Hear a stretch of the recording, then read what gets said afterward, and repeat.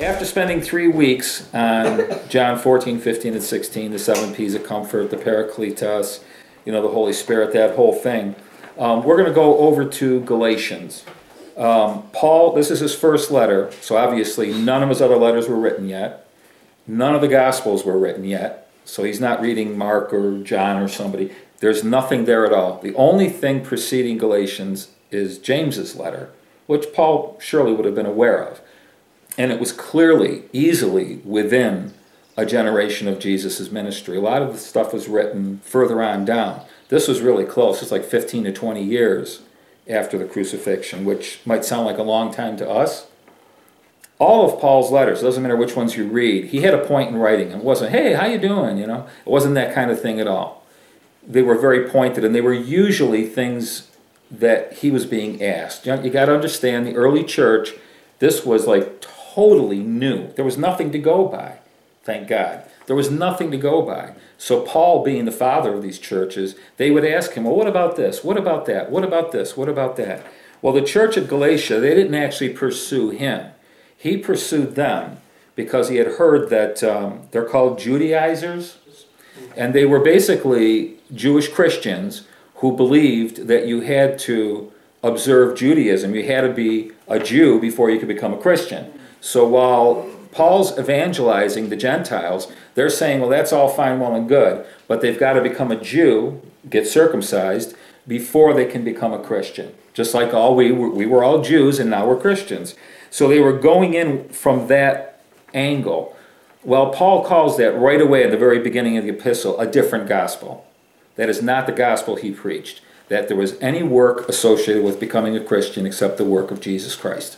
And that you receive his work, you receive his spirit, and that's what this is about. And Paul was very clear on it, that there was no, works-oriented religion associated with becoming a Christian. But these guys were pounding it, and they were actually getting people to believe it in this church that Paul had birthed based on grace. Grace being a challenging message. I mean, it still is today. It still is today. And even in a room like this, I know, because I know me, and I know all of us, that we can still kind of slide into that works mentality. If I do this and I do that, and I don't do this and I don't do that. Not that we're saved or unsaved based on it, but that there's like some merit associated with us, that God likes us more and all this kind of stuff. Grace is a difficult message, to totally turn it totally over to God and let him be God and let him do what he does and just receive that spirit of grace, so to speak. They had a hard time understanding being saved by grace through faith, and an even more difficult time, that's more of a doctrine-oriented thing, they had an even more difficult time understanding and knowing the person of the Holy Spirit. So, with that being said, Paul hears this and he decides he's going to write to the church at Galatia and by letter sort this thing out. I must say this, Paul wasn't particularly fond of the Judaizers. And that, by the way, that word is never found in the New Testament. They're usually called the circumcision, but historically they're called the Judaizers kind of thing. So you can say the circumcision or the Judaizers. Either way, it doesn't make a difference. Paul was not exactly thrilled with what they were doing. So, who did I give Galatians 1 to? Would you just read the first 2 verses? Paul, an apostle, not sent from men, nor through the agency of man, but through Jesus Christ and God the Father, who raised him from the dead, and all the brethren who are with me, to the churches of Galatia. When you said Paul, there's a parenthesis after that, right? No. And then parenthetically, what does it say parenthetically? Not sent from men, nor through the agency of man, but through Jesus Christ and God the Father, who raised him from the dead. End of parenthesis.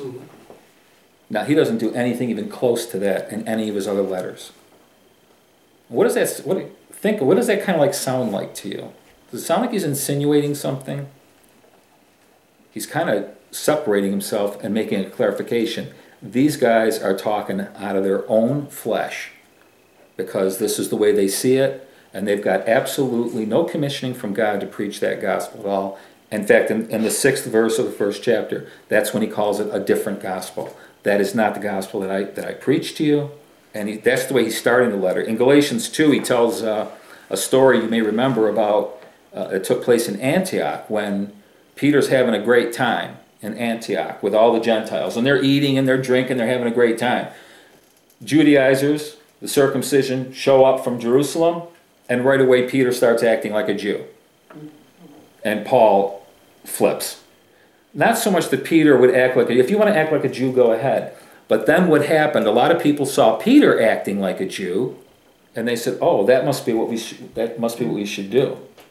So once Peter starts acting like a Jew, and the Gentiles are sitting there and saying, wait a minute, I thought, we were free and there were no... Now you've got chaos, confusion, and division. Jews and Gentiles, which is why in Galatians when Paul says, there is no Jew or Gentile, get over it. This is all happening in his letter to Galatia. And in the 2nd chapter, verses 19 through 21. For I through the law died to the law, and that I might live to God. I have been crucified with Christ. It is no longer I who live, but Christ lives in me. And the life which I now live in the flesh, I live by faith in the Son of God, who loved me and gave himself for me. I do not set aside the grace of God, for if righteousness comes through the law, then Christ died in vain. It's almost like he's saying, you've got a choice. You could be crucified with Christ, live with and in God by faith in the Son of God, who loved me and gave himself for me. And by the way, he's saying, if righteousness could come through the law, which it can't, and righteousness has to do with right relationships with God and each other, if righteousness could come through the law, then Christ died in vain. So it's kind of like he's putting crucified with Christ over here, circumcised in the flesh over here. And that's going to run through. As you read through chapters 3 and 4, he's just pounding this justification by faith, grace. He's going on and on. He talks about the 2 covenants, the 2 sons. You'd have to read the whole thing, which we're not going to do.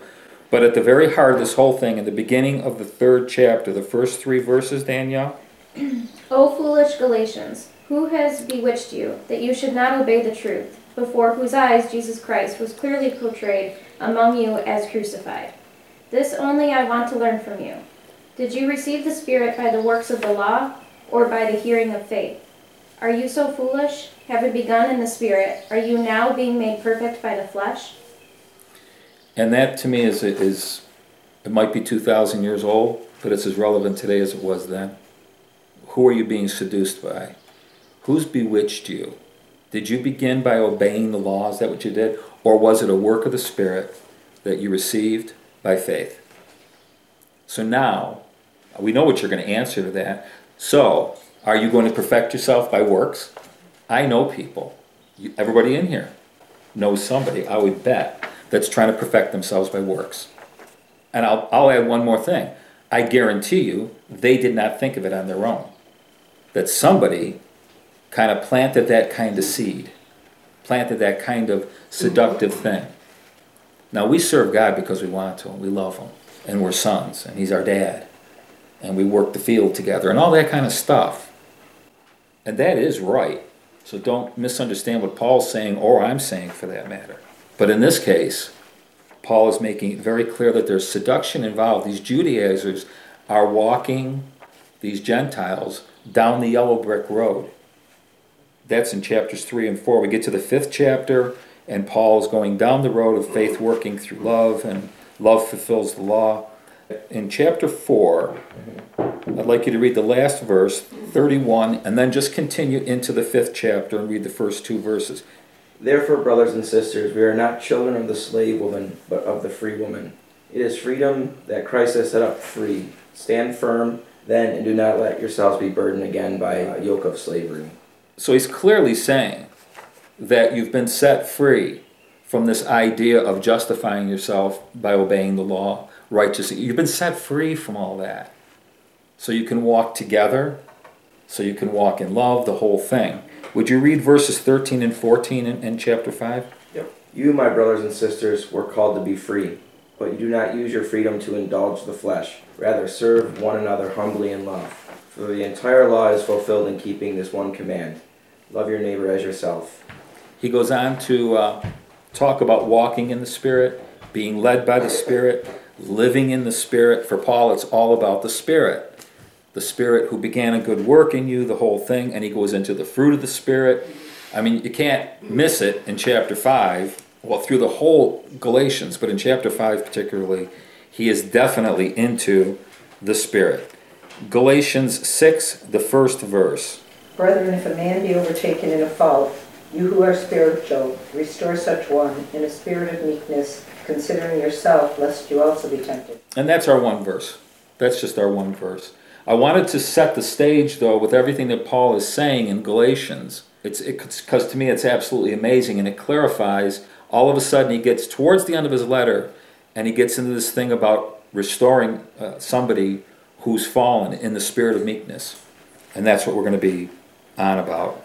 These Judaizers, the circumcision that I talked about a little bit earlier, let's just read some select verses from Galatians, what Paul has to say about the circumcision.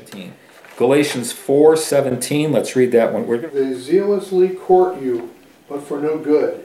Yes, they want to exclude you, that you may be zealous for them. That is really powerful. You hear what he's saying? They want you to follow them. I like that from the way it says Yeah, here. it's really, it's that one line when he says they court you, you know, like you go on a date, they court you, they do all these things, so you follow them. That drives Paul nuts. Because Paul was very clear on don't follow me. If you're going to follow me as I follow Jesus, which is a nice way of saying I become invisible, you're actually following Jesus. Paul was not into this kind of thing. He's always taking issue with the church. You know, you're of Apollos, you're of Cephas. I'm glad that I didn't baptize any of you. I really don't like that denominationalism, you know, kind of like pastor at the front of the church standing on a pulpit song. I really don't like that kind of stuff because it's really getting in the way of the work of the Spirit. And they're playing with you.